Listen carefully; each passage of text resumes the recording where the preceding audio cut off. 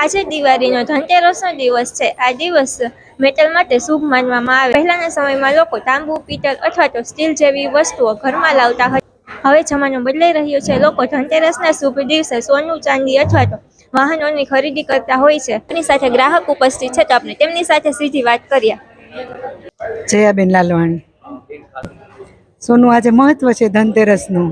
એ શગુન ગણાય છે, એટલે આપણે આજની ખરીદીમાં કંઈક મહત્વ હોય છે. હવે સોના ઉપર વધારે ફોકસ કરે છે, છતાં પણ એને મહત્વ આપવા માટે લોકો ખરીદે છે.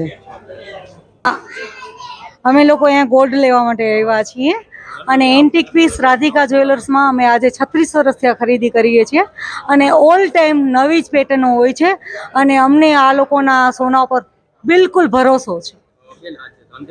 આજે ધનતેરસ છે એટલે અમે ખાસ ખરીદી કરવા માટે આવ્યા છીએ. મારી સિસ્ટર આફ્રિકાથી ખાસ અહીંયા ખરીદી કરવા માટે જ આવ્યા છે.